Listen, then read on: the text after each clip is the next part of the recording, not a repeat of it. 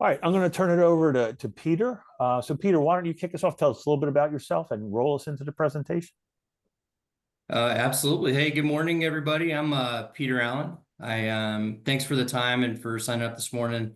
Um, just a little bit about me. I'll jump into this story as I go along. But I started my career as an Army officer. Was a cavalry guy, drove around a lot of tanks, shot at a lot of stuff, had a lot of fun.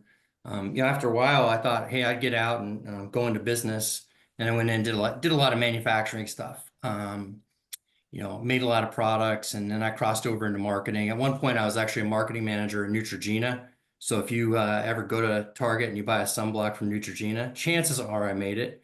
And that was a ton of fun too. And eventually, I changed from that. I went into consulting and did the consulting thing for like 10, 15 years of sort of working with leadership teams, strategy teams, building plans, executing plans, and finally I got a little tired of that. I said, hey, why don't I try to do this myself and become an owner of a business. I became a part owner of a packaging business. So if you've ever gone to Sephora and you bought a Sephora favorites kit, that was my company. We made a lot of those kits. The funny thing is, when I bought that company, we were 20 million bucks. 60 days later, we were 15 million bucks because we lost our number two customer. And I was like, oh man, I thought I knew a lot about business and how to do this thing. Turns out I didn't. And a friend of mine recommended I read a book called Traction. And so I read this book called Traction. And I'll make this offer to y'all right now. If you don't have a copy, I'll mail you a copy for free. You just got to send me an email. Read this book, it changed my life, right? We started to implement this system that was called EOS. And after a couple of years, we had really found a lot of traction, turned that company around and started growing it quite a bit, making subsequent acquisitions. Ultimately exited the business in February. And I said, I need something to do. I'm going to go help people implement EOS into their company, right? So that's kind of like how I got here. And this is why I want to talk to you a little bit about this today. My goal for you today is really to I don't want to beat you over the head with EOS and traction. I'll talk about it, but I want to give you three tactical tools that can help you jump into 2025, I believe, with more momentum. And if you're not doing them, implement them. If you're already doing them, here's some food for thought on how to maybe do them a little bit different or enhance what you're already doing. So that's my goal today, is to give you value in 45 minutes or less, open it up to Q&A, and we'll go from there. If everybody's cool with that, I'll just share my screen and run through the presentation and hold the questions, but we'll get to all the questions. I'll try to move it along at a pace that gets us there.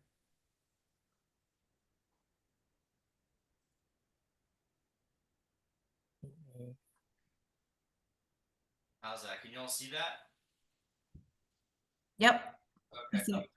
All right. So that's me. I'll send this out if you need it. That's my email address, peter.allen@eosworldwide.com. That's my cell phone. Text it, call it. If anytime you want, I will help you for free. Because I just want to help people around this area. This is what I want to go through today. Just a brief intro. What is this entrepreneurial operating system? What's it all about? Just so you kind of get grounded on some of these terms and these components. And then how do we dovetail that into some planning for 2025? I'll talk about this thing that I call the VTO. I'll focus a lot on your 1-year plan and your rocks. And then I'll focus on this concept called the right people, the right seats. Finally, the data and your scorecard. And then we'll open this thing up to Q&A. So, if you're like me, right, and you're out there in your business, chances are you're feeling something like this, like a little bit of struggle with control. Profit maybe isn't where you want it to be. You could be struggling to find people. Every company I work with and I talk to, people always comes up as their number one challenge. Maybe you've hit the ceiling in terms of you just can't really take on any more responsibility. You just feel overwhelmed and nothing's working, right? So at some point, most of us will come through some of these emotions and some of these feelings in your business. And for me, that's when EOS really came into my life, right? So you're feeling these frustrations out there. And what happened when I came to this model is it really became clear that every problem I had in my business was tracking back to one of these 6 key components of how you run a company. And this comes really from a discovery. And there was a discovery made from really working with tens of thousands of companies that everything in your business can root cause back to one of these 6 components. So if you think about yourself, vision is really that strategy component of where are you taking that company? How do you want to get there? People is really all about finding the right people for your business, getting those right people in the right seats, doing a really great job for you. Data is really, as an entrepreneur, as a business owner, is running your business on a set of numbers, on a set of facts, on a set of data, as opposed to the assumptions and gut feels and reactions that a lot of us can run our business on if left to our own devices. Issues is getting really, really good at solving those issues and those things that pop up in your business. Problem pops up and you put it down and solve it right away the first time and get rid of it. Put it in the rear of your mirror. Having process in your business is documenting that 80% of your business with 20% of the steps against those key processes to make sure that you got one clear way of doing your work and that everybody knows how to do that work the right way. And then traction is really about building discipline and accountability and how you execute really, really well in your business. Because ultimately, what this EOS model is intended to do is to help owners really have a very clear vision, making sure that everybody on your team and everybody in your company understands where your company's going, how it's going to get there. It's about creating traction to make sure everybody in your company is more disciplined and accountable, executing really well towards your vision, and doing this in a much more healthy, functional, and cohesive way. And if you can get those 3 things right, business becomes easy and a lot more fun and a lot more profitable. As I come around, and this is where I kind of want to start focusing in, like, how does the model help you for 2025? At its most simple, when we talk about the vision in your company, I work with leaders to help them answer 8 questions in their business. And those 8 questions are really put together on what's called a vision traction organizer. And again, I will send everybody, if I get an email list of this, I will send you a digital copy of this tool. This tool is 2-sided. And whether you ever work with an EOS person or not, I would strongly encourage you to take a look at this tool and see how it can apply to your business and how it can add a lot of clarity to what you're doing. On side 1 of this tool, we talk about that as the vision side of your business. Where are you going strategically with this company? Where do you want to take it? And on that side, you can see there's really 5 elements that are laid out. And I'll talk about these in a second. Slide 2 is all about taking action in your business. And when we talk about taking action, we call that the traction side of your business. And you can see there's 3 sections here, and I'm going to focus really hard on that 1-year plan and those rocks and a little bit on that issues list so that you can jump into 2025 with momentum. I'm not saying to skip any of this stuff on the first page. I would never encourage you to do that. But I do think you can get tons and tons of value by coming right to page 2 of this and starting to laser in on what you want to do for 2025.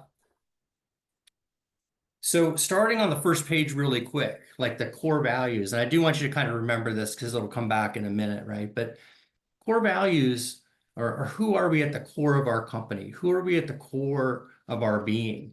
And we want to be able to discover that. When you think about those best employees in your business, think about who they are and those traits and the makeup of those people. It's a pretty good chance that those are the core values of who you are. And one of the key differences is from a lot of times we say our core value is sustainability, or our core value is being great stewards for the world.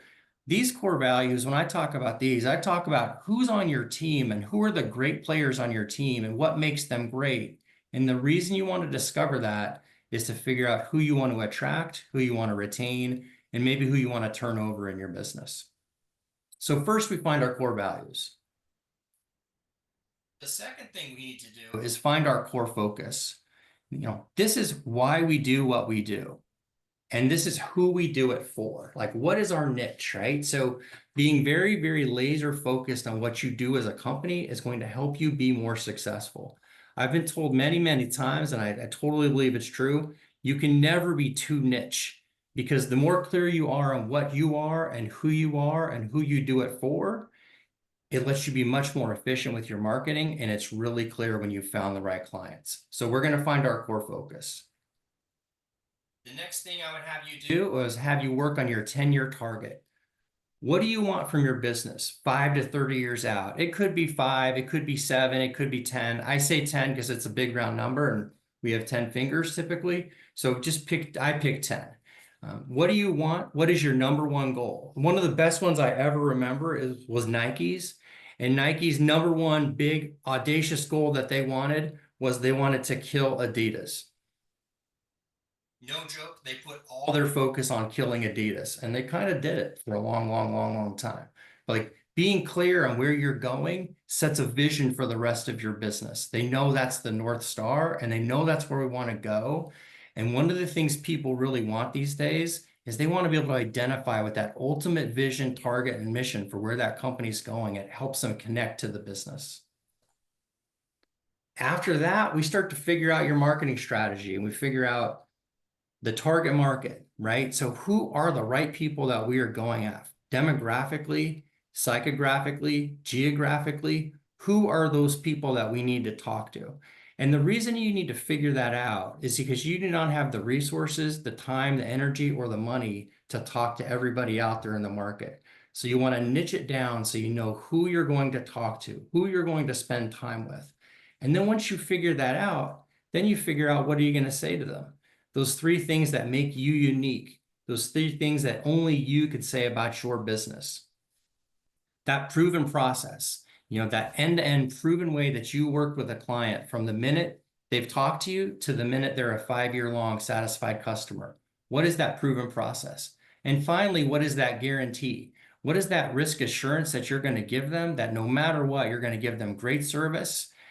Or maybe it's a money back guarantee or some sort of guarantee that working with you is going to be risk-free. And if you can find those 3 things and discuss what those things really are, it's very easy to talk to your customer. And this becomes the basis of your marketing strategy. And the last thing we want to figure out is what is that 3-year picture? So that 3-year picture, simply stated, at some future date, what revenue do we want to be at? What does our profit need to look like? About how many employees maybe we have in this business? How many markets are we in? And describe it with like 7 to 10 types of characteristics. I don't need you to be a granular bottom-up 3-year budget, but I want you to lay a picture out again for your target. In 3 years, I want to be here. If I was a runner, I used to be a runner, it might be like in 3 years, I have completed 25 marathons. It tells me the pace I need to be at. I need to be at 8 a year to get to that 25 target. Some sort of future goal that we're going to lock in on. And when you lock in on that 3-year target, it makes the 1 year much simpler to build because I have got to be at some trajectory getting to the 3-year place. This is all about setting the vision for your company. And I would encourage you, if you have not ever done this type of an exercise on your business, when I send you this VTO form, lay it out. Spend some thought on your company thinking about where you want to take your business over that 10 and 3-year horizon. I guarantee it's going to help your thinking and it's going to discover some things that you haven't thought about that are important for you. So once we talk about the vision for your company, what becomes the next step is talking about the traction and like getting into the nitty-gritty of what are we going to do. And this is where I kind of want to spend a little bit of time with you, right? So when I work with a client or when I work with anybody, when we get to this 1-year plan, it's really vital that we do a couple of things. And I know there's some financial people on the call, and one of the slide doesn't really call this out. But as we build your 1-year plan, one of the very first things I want you to do is build your budget. I want you to build that budget for 2025. And if you're a small business or an entrepreneur, maybe it's not something that you've done and maybe you don't think you have the financial acumen to do it. You need to do it. Get with somebody, work with somebody, work with a friend, work with a financial planner, work with a CFO team, but build that budget because that budget is going to help you stay accountable. It's going to give you those gates that you need to check every quarter and every month to make sure we're on target or are we not on target. So as we build the 1-year plan at some future date, let's just say it's 12/31, 25, our revenue is going to look like this. So we need to build up to that revenue. We need to build a budget. We need to go through a simple drill. You know, that could be as simple as going through your customer base and understanding who's going to renew, who's lapsed and I'm going to win back, or I think I'm going to win this market and I'm going to grow and I'm going to get to this level of revenue. But it's got to be logically based that you can support. You know, you don't want to just like pull a number out and say, oh, I think I'm going to be $4 million next year with no sort of underlying logic, because that type of thinking is going to get you in trouble in the middle of 2025. You won't have a plan to get to the 4. You just pull it out of thin air. So sort of bottom up, build your budget. And I'm happy to talk to you about ways to do that offline, or you can get with some financial pros that are really great at it as well. But we're going to build that revenue. We're going to build that profit plan. So, you know, profit, you know, just because you've got, you know, money in the bank account doesn't mean you're necessarily going to be profitable. We have to understand our expenses. We have to understand our cost. We have to understand what's going to come through and the profit. And we have to be planning for this. And then other measurables that we might have, you know, maybe we have a gross profit percentage. We have an EBIT coming through. Maybe we have a number of employees that we're going to have. Other types of things that are going to be tied to the budget, or some things that are not. You know, maybe it's around your customers or deployment of your products and how far your services reached.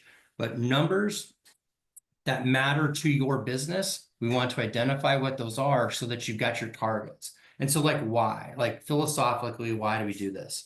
Right? So if anybody's ever gone on a diet, you set a target. You just straight up did. You baselined where you were and you set a target of where I want to go from a weight loss perspective. If you've ever set a fitness goal, you've said, here's my target. I want to run this race at this pace. I want to complete this, you know, ultra marathon, or I want to complete this Spartan race.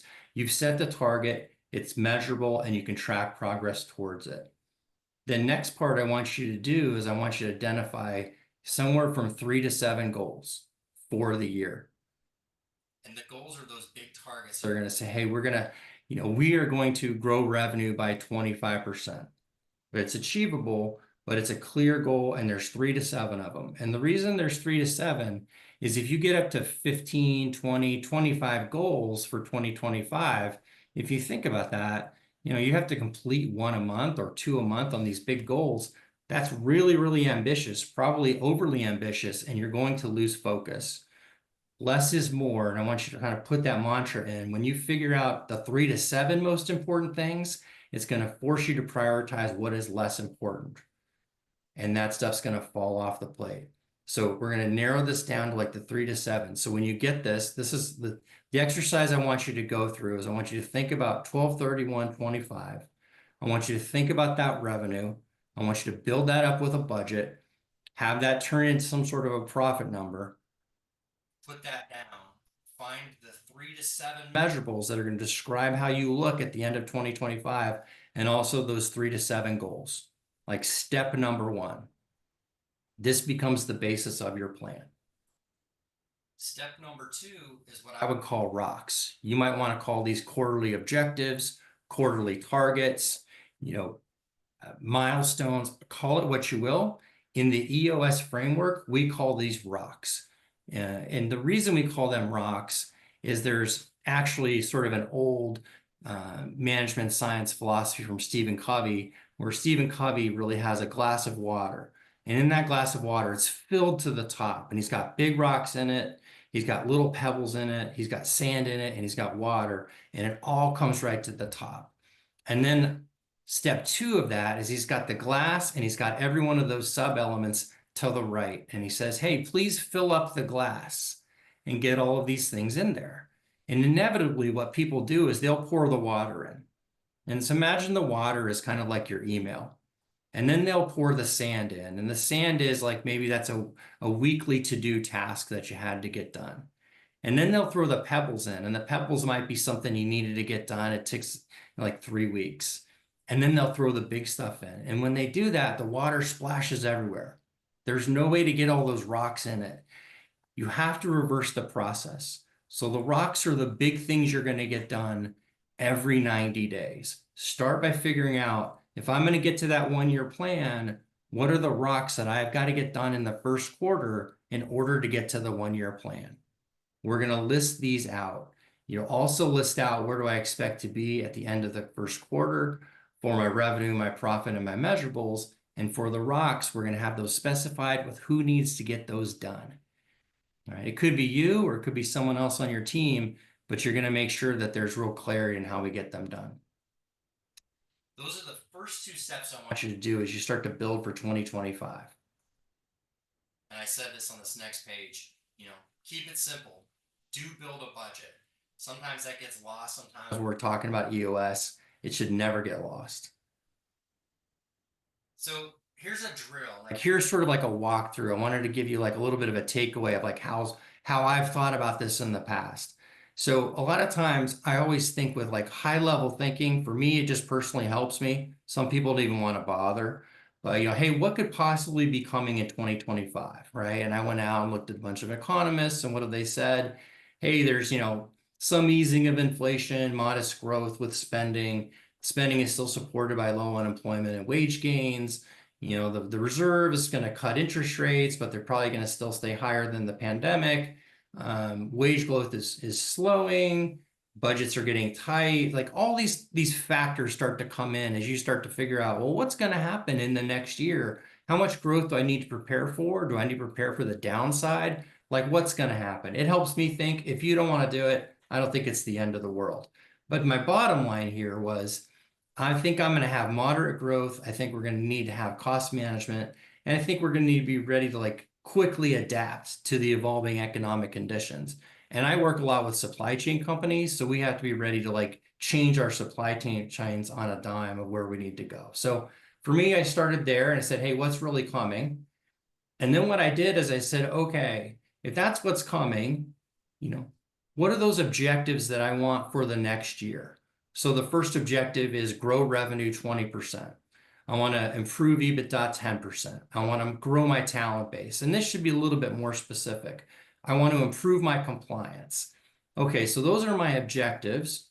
What's the strategy of how do I want to get there? I started to line out what those strategies could be for the year. And then I made objectives for quarters 1, 2, and 3. All I want you to do is make objectives for quarter 1, and then you can adjust from there. I made 2 and 3 because a lot of times I have to communicate my annual plan to shareholders or investors. And so I blew this thing out for 3 quarters. But if you take a tool like this and you take the logic of what are my 4 objectives, what are my strategies to get there, and then what does my quarters need to look like in order to get there, I believe you'll be in a better place as you come into 2025 because you will have thought through your plan. So picture the objectives as those things that were on the 1-year plan, 3 to 7 list. The strategies is just a little bit more detail around that. And the Q1 becomes your rocks. And so we're going to put all of our focus for the first 90 days onto getting these 8 to 9 things accomplished as much as we possibly can. We're going to sign out who does them, and we're going to drive and get towards those things and get them completed. That's how I take it. So I take that VTO, I go to the 1 year, and I drive out to some sort of a deliverable that looks like this. And then I communicate this. I communicate it to everybody in my company, and I communicate it to everybody on my leadership team. So we're 100% crystal clear on where we're going. The other thing I want you to lay out for yourself, and this is just really just a supplement, is I want you to lay out a cadence for how you're going to check your progress. You could take one of these elements, you could take all of these elements, but the elements that I commonly recommend that the businesses lay out, budgeting, what is your cycle for that? I put this in Q4 of October, November, and December. When are you going to lay out your strategic initiatives? Again, I laid it out in October, November, December. When are you going to have your quarterly performance review cadences? In this case, they're going to follow. They're going to be January, April, July, and October. You're going to have a monthly financial. You're going to meet with somebody who's going to look at your finances every month. It could be you doing the review, or it could be somebody else for you to make sure we're on track. When are we going to do our quarterly financials? In this case, it's Jan, April, July, and October. When are we going to update the budget if needed? That's June. And when are we doing our quarterly updates to our team? I lay this communication cadence out. And again, I explain it to everybody in the company. And what that lets us do is it holds me accountable as a leader to make sure I'm communicating appropriately and I'm driving processes that get these things done. every one of my clients, I will put them on some sort of a cadence like this. When I owned my company, I ran exactly on this cadence. This is exactly how I did it. And it was unchanging. The only other thing that we did is sometimes we actually had to do more budget updates. But we never deviated from this. Build a system that checks your progress. It's like if you're running the race and you're training for the race, every so often you have to time yourself. If you're trying to drop weight, every so often you have to get on the scale. You have to check your progress. If you're lowering your blood pressure, you have to take your readings and you have to check it, right? So put these types of processes in place for 2025. The last thing I want you to do as you come through this is I want you to build a list of issues that are getting in the way of you making progress. I just call this simply an issues list. But like, what are all these things that are getting in the way of why we can't do it? You know, the IT seat is unfilled, or, you know, hey, we're not ready for the cybersecurity audit. Just make it an issue. And then you're going to have to solve it. You know, the solve might be, you know, hiring a company to come in and plush you up on how to do it. But I want you to get really good at identifying all of the problems that you have in your business and not ignoring them. List them out, put them on the bulletin board. I have a bulletin board right behind my computer that's got the issues that I'm trying to crack in my company. So lay those things out and discuss those every week so we can talk about it. So from a VTO perspective, right, this is the nitty-gritty side, which is the 1 year, the rocks, the issues list. Like, that's the stuff you can jumpstart into right away for 2025 to start getting a grip on your company. Once you have all those questions answered, communicate them out to the team. Make sure everybody knows how you've set up, know the values. You know, they know who we are at the core purpose. They know the 10-year, the 3-year, the 1 year. They know the goals. They know where we're going. So you can eliminate all these questions. There's a terrible statistic out there that says in business, 30% of the people think they know the plan. 30% of the people say they have no clue what the plan is. And 30% of the people say, I don't care what the plan is. And it's your job as a leader to make sure that everybody knows and everybody cares, because once they do, you'll be in a much, much better position. The second tool I want to get you ready for is something that goes to the people component. And it's about getting those right people in the right seats. So I was, you know, my boss and the guy that runs EOS, not really my boss, he just started the system. Find the right structure, put the people in it second.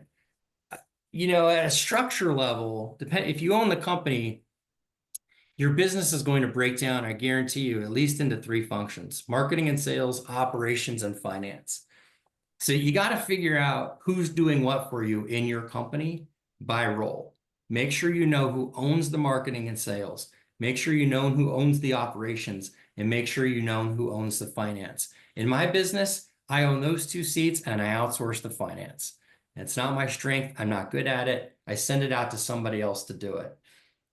Understand what role does what. So build this accountability chart. And what makes it an accountability chart is you create the roles, but then you add what these roles really do. So different from an org chart, you say, hey, this role is accountable for this. Sales and marketing is accountable for pipeline, for sales, for lead conversion. Operations is accountable for delivery of the product, for leading the team, for quality control issues in the business, and compliance. You know, and then it could be like the back office is accountable for finance, for IT, for HR, but make sure it's really clear what leader is accountable to do what. And as you think about your own business, think about who is doing sales, think about who's doing ops, and think about who's doing the finance roles, and have those really clear for you, because there might be one you want to get rid of in 2025 that's going to let you do more valuable work with your time.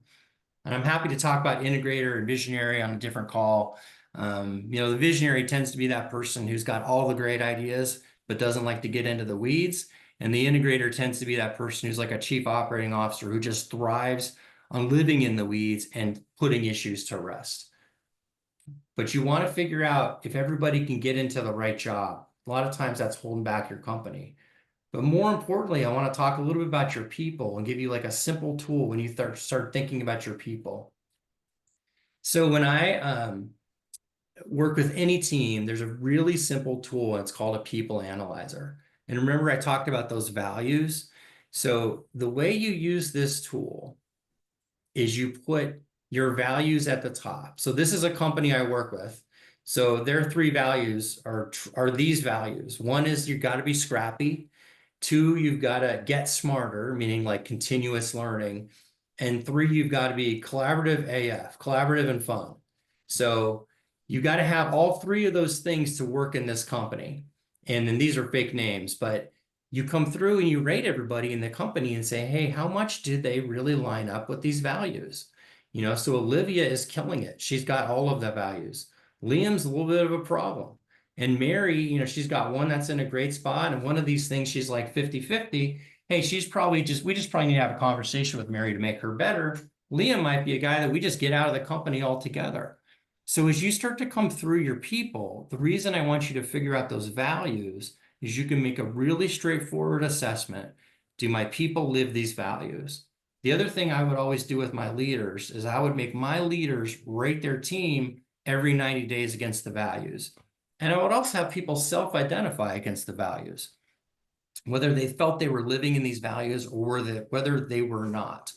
But part 1 of the tool of looking at your team, and it is so simple, is to just say, do these people really live the values on our team?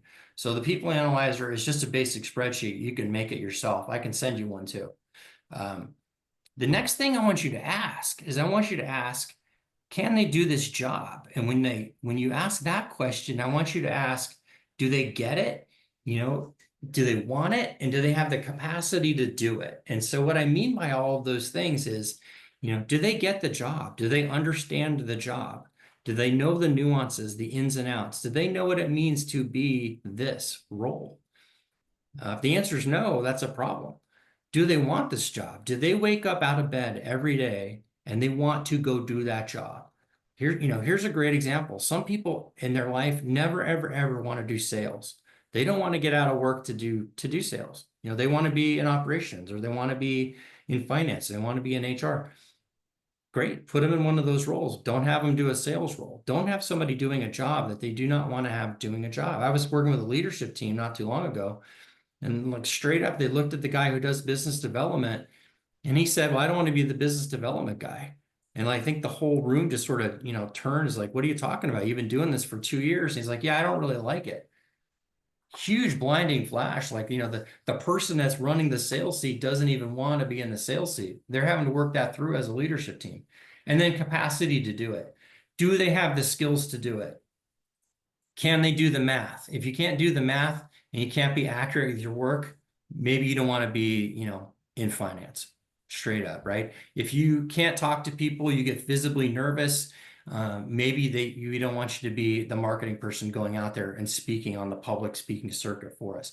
That's okay. If they don't have the capacity to do it, that's fine. There's another job for them, but I want you to check it. This is an example. Like when you have a hockey center in the sport, they need to be able to win face-offs, create these chances, score goals, back check, minimize turnovers. If they can't do those things, they should not be the center on the team. So when you put these 2 things together, I want you to just put this spreadsheet together, and I want you to think about your team, and I want you to ask, do they meet the values? So in this case, again, we've got Maria. She's crushing it on the values, and she also gets it, wants it, and has the capacity to do it. John is a values problem. We're going to have to talk to John. Also, he doesn't have the capacity to do his job. That's a problem. And then George maybe is a hit or miss on the values. Maybe we can work around that. But he doesn't really understand what his role is all about. We're going to have to train to that, right? So George is a training issue. John is probably never going to get there from a capacity or a values. And Maria, we're going to promote her tomorrow because she's like the best employee we've got, right? So if you came down your team, and I would also do this, if you're a small business, here's a tip, do this on your vendors.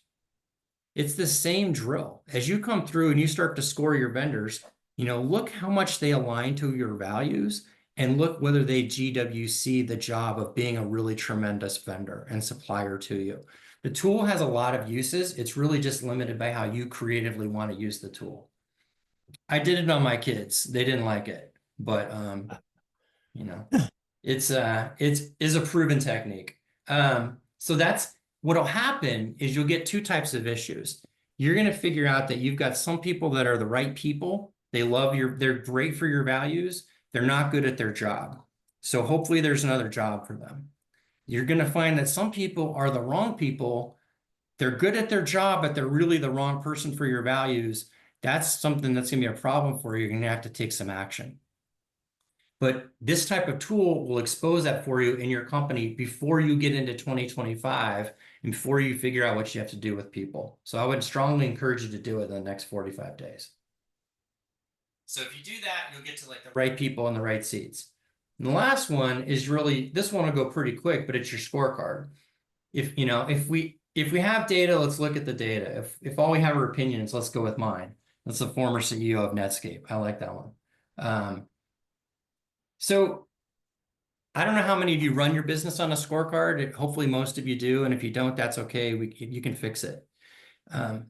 When I tell people to run a scorecard, what I want you to do is find like those 5 to 10 things, 5 to 10 data points that if you are away from your business with no communication, hopefully on a vacation somewhere, somebody could come to you with this page of numbers and you would know in an instant how my business is performing.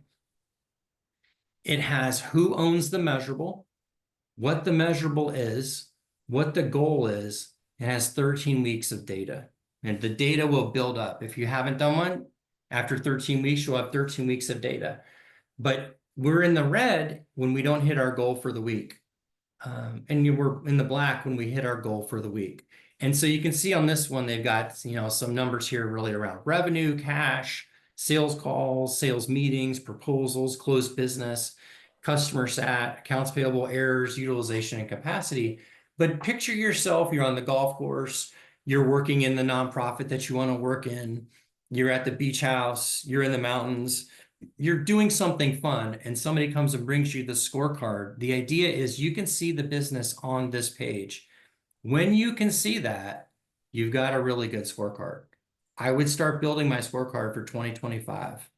I'd start thinking about it this week, and I start putting it together over the next 30 days so that before you get there, you can start documenting how your business is performing.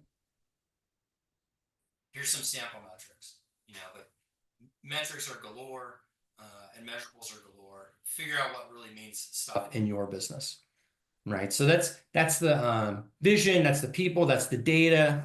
If you can crack the code on those top 3 things, writing down your strategy, figuring out simply how to look at your people, and running your business on data, the rest of this stuff is going to pop for you.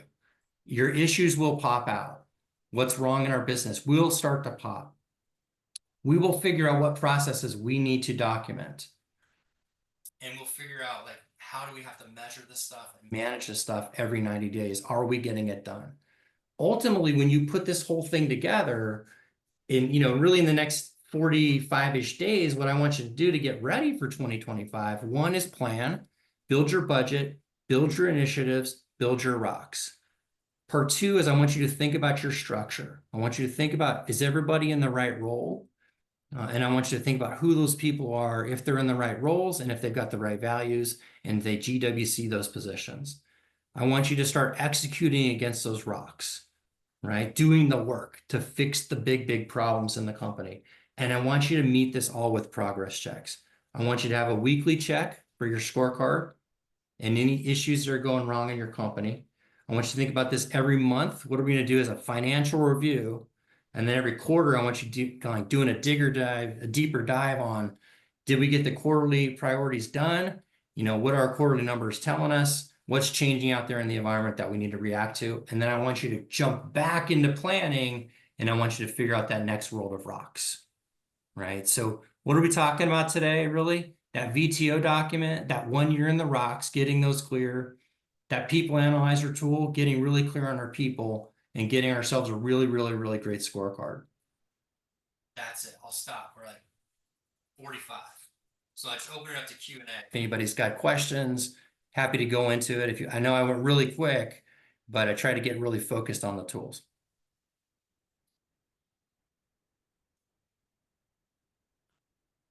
So Peter, when you put your kids through the people analyzer, did you have to fire any of them? I wanted to, but my son made an amazing transition. My daughter was already pretty solid. I mean, she's on a really good path. Good question. I had a question. I've actually read the book and was actually starting this process. The timing of this seminar couldn't have been better. How much of this do you recommend doing yourself before kind of bringing it to your leadership team and kind of revamping it? It kind of seemed like in the book they recommend having your team together for a lot of the build out, but I wasn't sure if you recommend, doing more homework ahead of time or kind of bring it to the people you've got now as you're building. Yeah, I would finish the book if you haven't, I would finish it, go through page 10. I would take that works summary checkup on page 10, but then immediately get to your leadership because you want them bought in and you want them contributing right away. It's like, you're building this new coalition that's going to go forward on it. So pull it to them and say, I'm really interested in this. I want y'all to read the book and yeah, bring your team along. Okay. Thank you. Mm-hmm.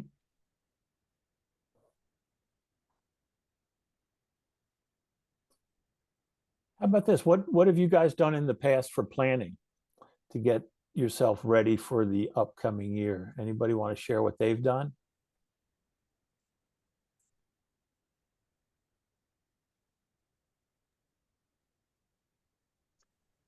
I mean, I can just mention a couple. I think I've done some aspects of this, just coming up with goals for the year and, those being quarterly goals, and then checking back in a year and see where I've met or fallen short of those goals. And then kind of coming up with that issues list of, what I can tackle for the following year. But I do like this more organized approach.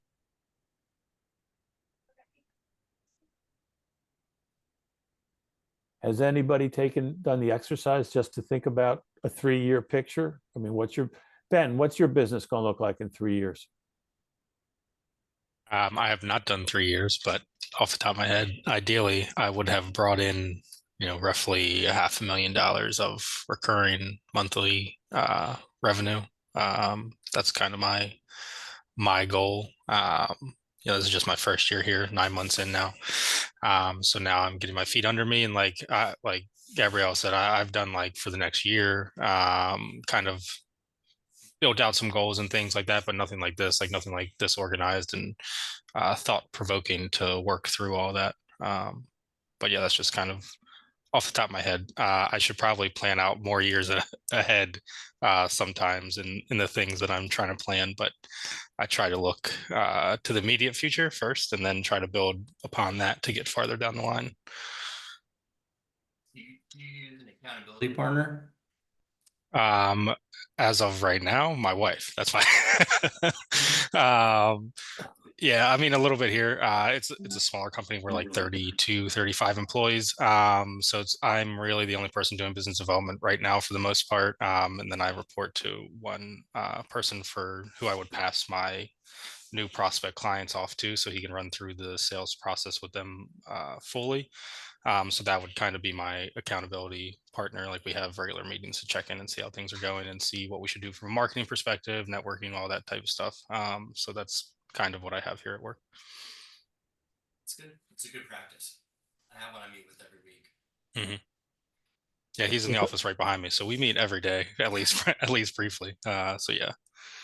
Going back to Yogi Berra and basically saying, if we didn't have a plan, we may not get there. But if you know where you're going, it makes you think. And that's the whole idea of planning. And then that's 3 years, but then bring it back as Peter showed for year one. What do you do? How do you get there? And again, it's that idea of doing it, one step at a time, thinking about the year goals and breaking it down to 90-day activities. Mm-hmm. So who else has a 3-year vision? 3-year picture? I have another unrelated question. From now on. Somebody was up. Who has that? I heard. Is it Lori? I was just saying I have another question. Oh, Gabby, or who's up? Go ahead. I have a question on accountability. I was just wondering if there are any other strategies besides check-in meetings that people use for accountability in their team. We have an organization chart, what everyone's responsible for. I was just wondering if there's any other strategies that could be used besides, daily, weekly check-in meetings, monthly meetings. I'm not sure if anybody else is using any other strategies.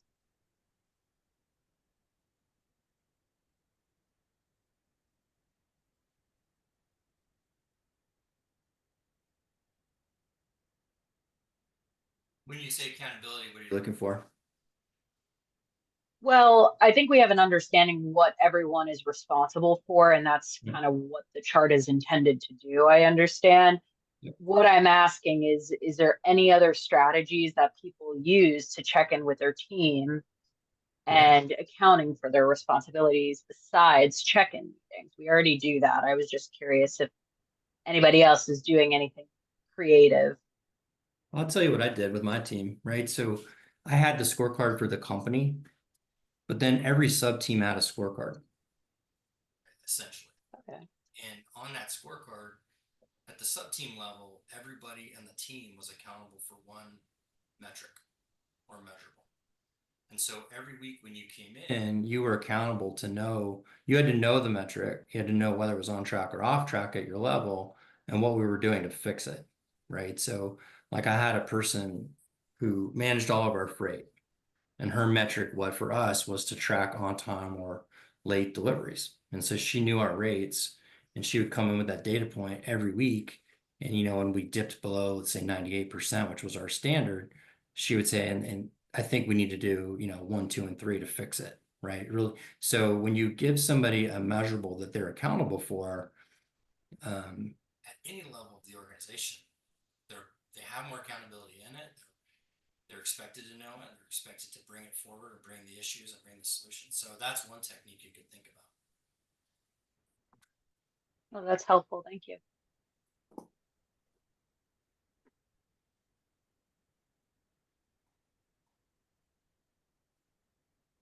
Who's got their 2025 plan all done and written? I do. Yeah, it's definitely worth spending the time to do it because it gives you that direction. And the other piece is developing that budget, because that budget will be your, your compass, if you will, put you in the right direction. And then it's just your responsibility, if you will, to try and get there and exceed the budget, particularly on the revenue side with a lot of things. I have a quick question. Yeah, Banji, go ahead. All right. So are there templates that you would, are there like special templates that you would recommend for all this planning, or is good old Excel still suitable, you think? Yeah, I use Excel. I think I would start there. I think that there are some other things for like CRMs and stuff like that, but for this type of planning, it's simple. It's probably free, so no need to spend any money. Thank you.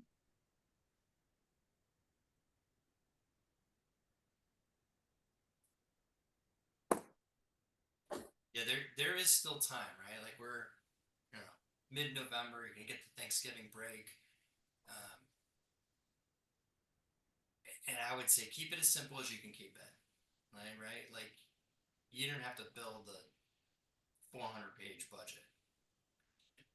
You ought to be able to get your strategy for 2025 down on like 2 pages. There was right, like Mark Twain, someone wrote him a letter, and he wrote back, and he wrote like this 5-page letter, and he said, hey, if I'd had more time, I would have made it shorter, because the whole idea was like shorter, brevity, more clarity. The more you can get to that, the easier for you and the easier for your business to get it. So I'm not a huge fan of like overly complicating it. Excel works, use Excel. If you want to write it on a piece of paper, do it.